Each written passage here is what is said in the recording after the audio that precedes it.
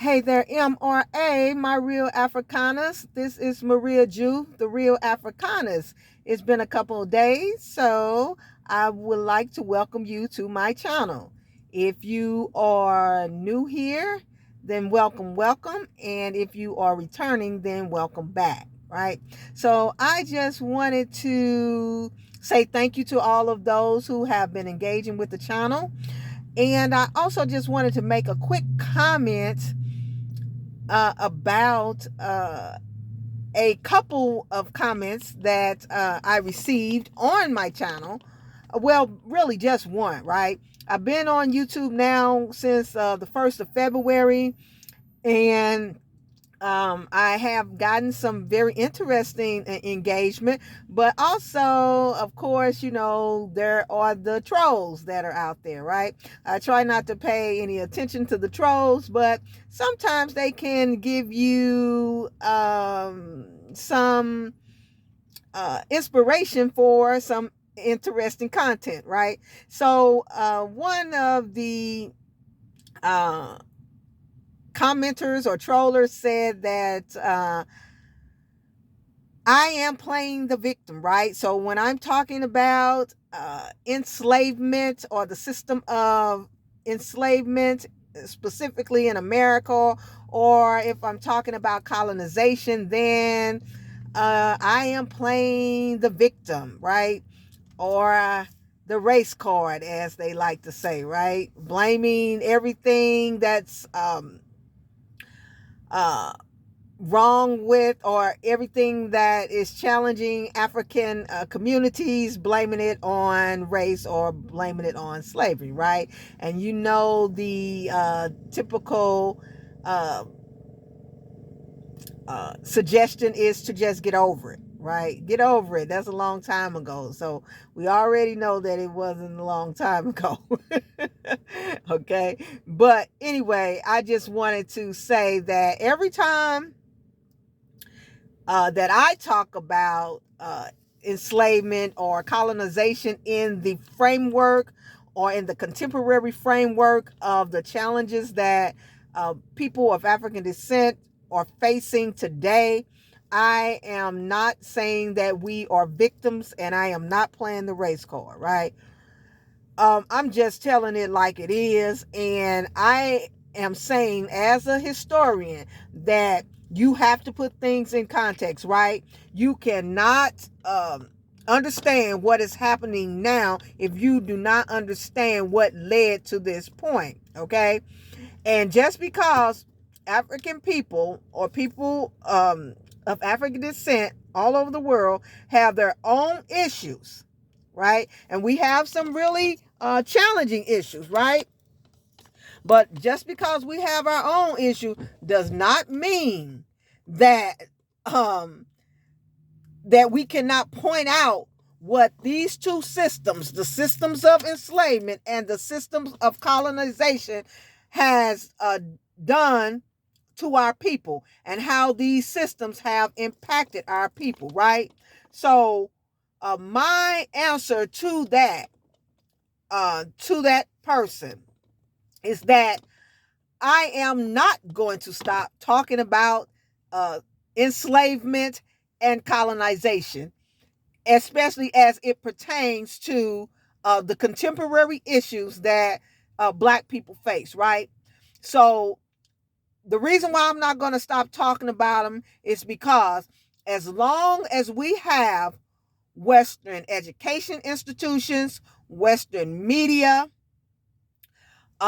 serving as apologists or propaganda machines for Western um, or European racism, bigotry, hypocrisy, uh, superiority, and supremacy. As long as we have these mainstream institutions, right, serving as talking heads for these kind of behaviors, then I'm not going to stop calling it like it is, right? Because it is what it is for sure.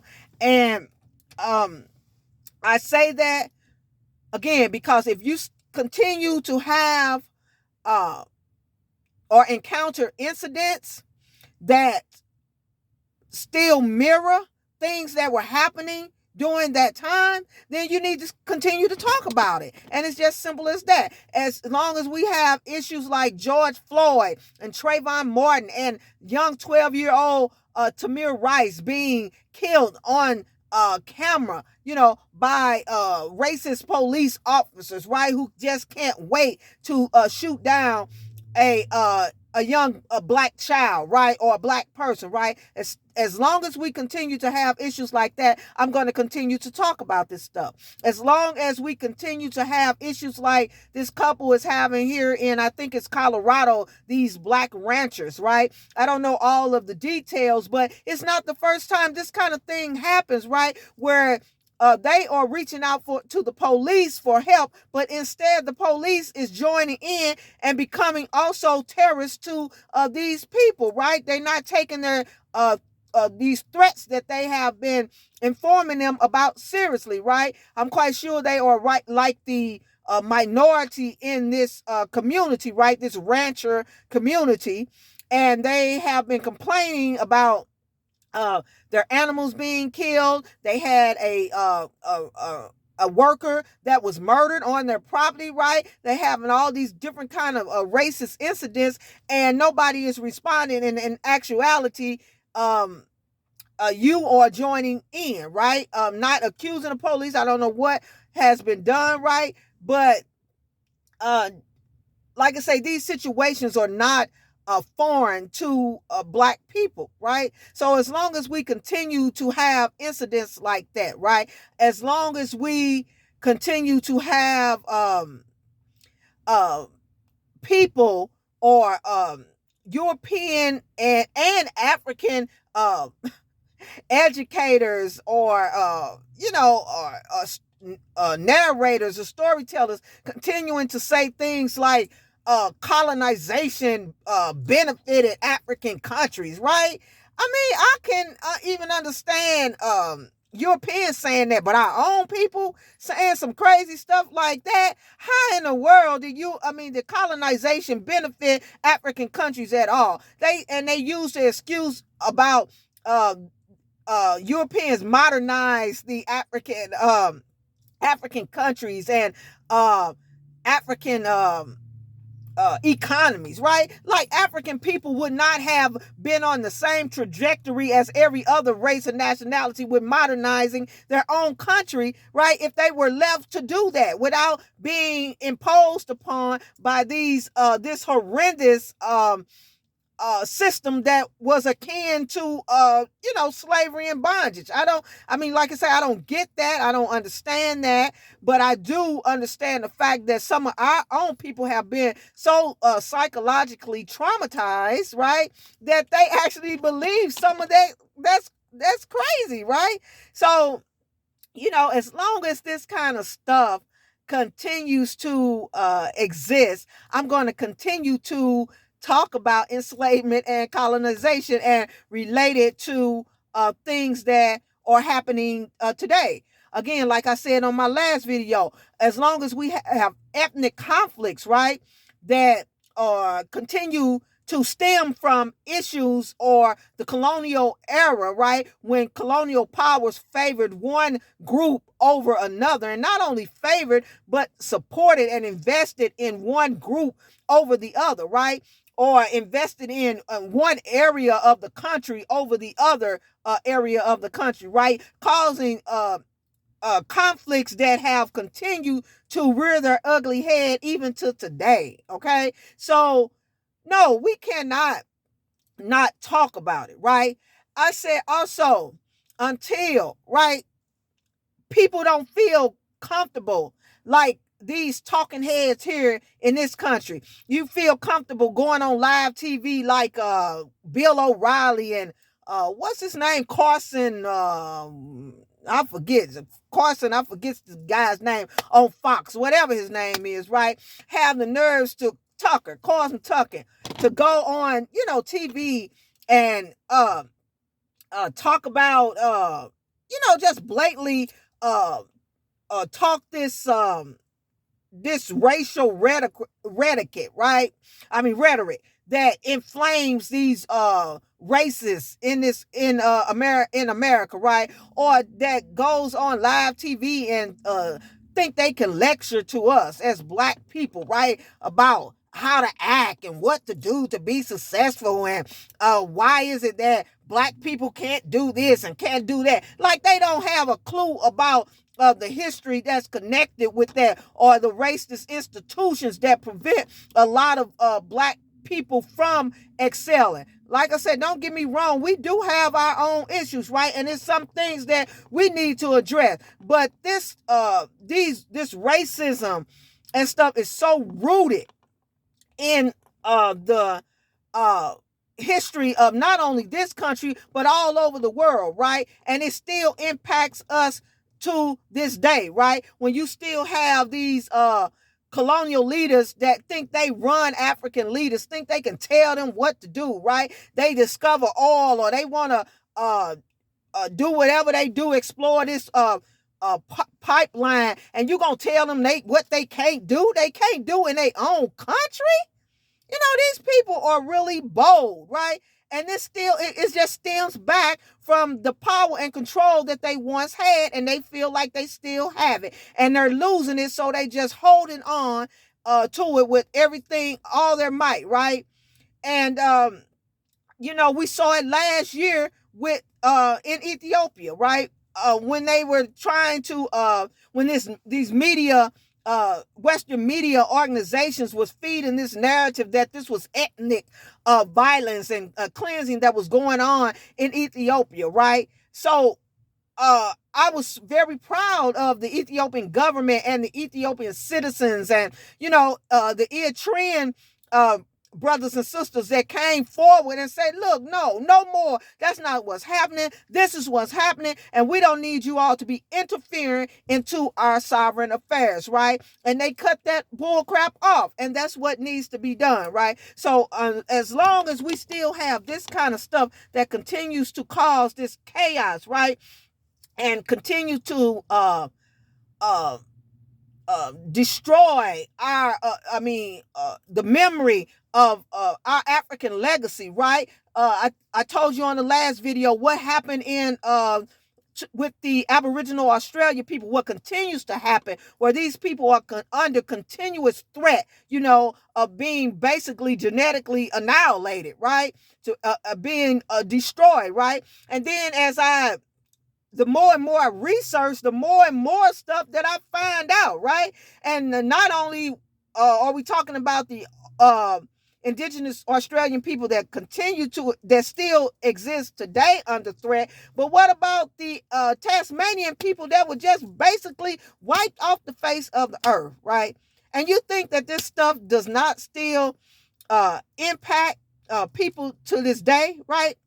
What makes a man a white man here in America, and this is a personal experience, and don't get me wrong, I love diversity, right? I like diversity as well, right? I like to be able to um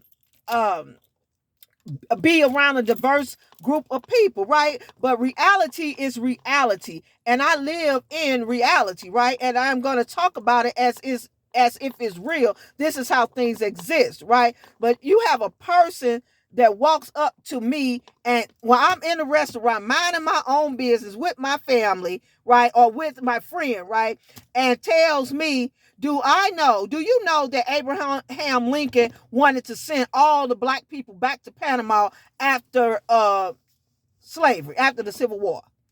Now, you have the audacity to walk up to me and say that, right? So what was the message? What was the subliminal message that you were trying to get across, right? You want to send me back to Panama today? You know, is that it?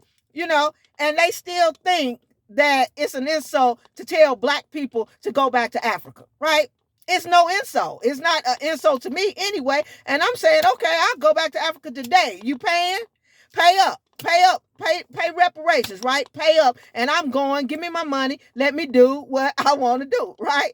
And so that's why I continue to talk about enslavement and colonization, especially again for a lot of these people, including our own people that don't believe that we are old, the descendants of African people are old, not that we deserve, Yeah, right. Those are two separate things, but we are owed based upon a solid documented evidence. We are owed reparations, right? I believe that, and I don't see how anybody can have uh, an alternative view of that unless, again, like I say, they do not know the real history. They do not know the real deal of what has happened to us as Black people and the things that have been done, the land, the resources that have been stolen and confiscated, right? The physical and psychological drama, right? The chemical weapons that have been used against Black people, right? The um just all of this stuff, right? Right? The sexual uh what the offenses that have been targeted towards not only Black women, Black men, children, all over. So like I say, I just don't get I get it, but I still want to respond, right? And so my next video, I'm gonna talk about this lady. I don't know if you all remember her. Her name was Hillary Fordwick, and she was on Don Lemon's show, right? She came on his show live after Queen Elizabeth passed away, right? He was interviewing her. She's an analyst or a British royal expert or something. And so they were talking about the royal family. Then they got to talking about reparations, and he posed a question to her about reparations and these different countries, not just Black people, but saying that they are owed reparations. And she had the audacity to say that, well, Africans were the ones responsible for the slave trade, right? And that it was 2,000 British soldiers, according to this guy Wilberforce, who died trying to bring slavery to an end, right? So maybe the British people, the families of them 2,000 soldiers and other British people should get reparations instead of African people, instead of the other way around. Now, this kind of stuff is laughable, it's ridiculous, right? You're talking about hundreds of millions of people that have been killed, maimed, murdered, exploited. I mean, butchered, everything under the sun, right? And you talking about some 2,000 people who we don't have no idea who they are, right? I'm quite sure they probably got their records, right? Somebody trying to stop the slave trade that your folks started in the first place. Like I say, this stuff be ridiculous to me, and I don't see how anybody, don't see what I see. I mean, everybody got their own perspective. Like I say, I ain't trying to say I'm no expert on everything, but that kind of stuff, it just blows me away. But I'm gonna talk about Miss Hillary Fordwick. I have a video specifically on Miss Fordwick. Okay, so anyway, I am Marie Ya Jouf, the Real Africanist, right? And I just want to thank you for listening, right? And I just want to say, no, that's not all I talk about is slavery and colonization. I think you all know that, but it is a big part of our recent history, right? And sometimes, every time, the more and more you research, the more and more you come across stuff that takes you right back there. So you just cannot erase that narrative or that those two institutions from. You can't separate them from the like I say, the recent history of Black people in the world, right? So check out my latest blog at therealafricanist.com. It's kind of based upon the last video I did, but I put some pictures there when I was talking about Dr. Ivan Van Sertima and the not only the stone heads that he found in Mesoamerica, but also these heads. They look more like terracotta, but if you look at them, they look exactly like the Nok terracotta heads of Nigeria, right? They almost look identical. And that's just interesting to me, right? Here's these heads you found in Mesoamerica, and these heads you find in Nigeria. That's almost identical, right? So that was a good blog. And also, again, I am a historian. I'm a blogger.